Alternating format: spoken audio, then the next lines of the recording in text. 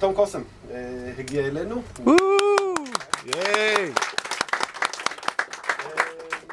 מי שראה כבר את הברושור ואת הפרסומים בכל מקום כבר יודע את תקציר תולדות החיים שלו. His CV is everywhere over there. אבל אז זהו, רציתי להגיד קודם כל תודה שהגעתם. מה שתום הולך להראות לנו היום, אנחנו לוקחים בחשבון ויוצאים מנקודת הנחה שרוב האנשים כאן מכירים את האבלטון, גם אם הם לא מומחים לאבלטון, הם מכירים את האבלטון ברמה מסוימת כזו או אחרת. כלומר, הרמה של כל הסדנה הזו הולכת להיות medium well, let's call it, right? The level of the... Yeah, something like that, medium well. אז בלי יותר מדי, without further ado, I'll let Tom give him to do what he's doing best. cool. You got that? Yeah. I'm right over there. Right over there. Okay, I have no idea what he said, but yeah, I'm Tom. Thanks for having me back. It was really, really good last year. We had a really good workshop. And I was a wee bit worried last year because I couldn't tell whether people were following or not. So if you guys are following me, do this. And if you're not sure, go like this, because I need to be able to figure out what level you guys are at. Firstly, who here has used Ableton before? Okay, that's a good one. That's a really good one. Who here has seen my videos online before and followed through?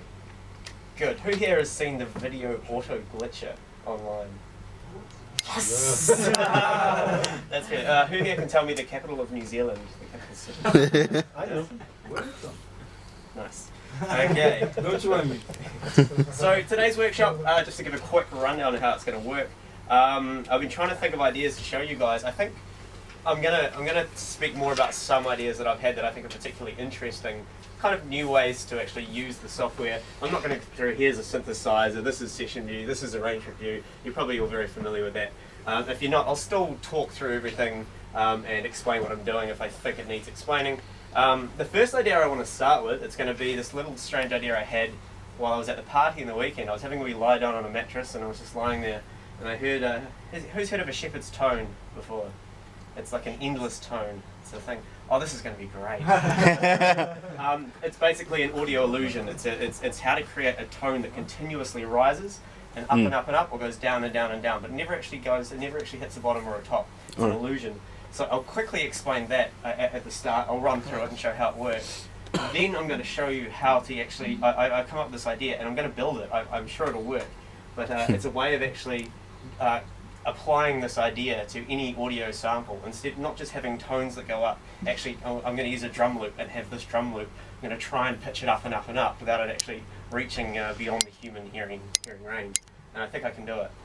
If I don't, it's going to be fun anyway. So we're going to take that idea. That should take up about half an hour, I think. Then I want to move on to showing you some really interesting ways to use different routing methods, sending things off to different channels, and using dummy clips and follow actions. Dummy clips being clips in Ableton Live which are used specifically for information. It's kind of a hack, but we're going to use these dummy clips and we're going to trigger them to send audio to different places.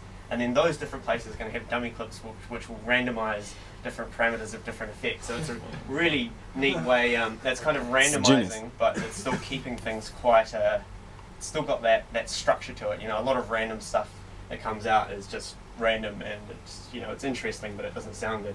So I'm going to show you how I do this. And then if we've got time, which I think we will, we'll build a tune while we're doing it. We'll see if we can get a tune going. Then I'd like to show you either, depending on how much time we've got, we'll create a kick drum. And what I've been doing recently is just using return tracks to try and create all the elements of the rest of the tune just from this single kick drum. So using effects to try and get the hi-hats from the kick drum, the snare from the kick drum, a melody, a bass line, all this kind of stuff. It's quite a fun thing to do, and the reason I try and teach people this is because I've learned so much myself from the program by doing this, and it's a really healthy exercise. And yeah, I think that's about, oh, that was a bit of a long sum up actually, I apologise. But anyway, so I'll start really quickly with a shepherd's tone. A shepherd's tone is a sound. How it works is you have, I'm going to go into arrangement view here. I'm going to be using session view for most of the day, but we're going to use arrangement view for this. I'll get rid of this MIDI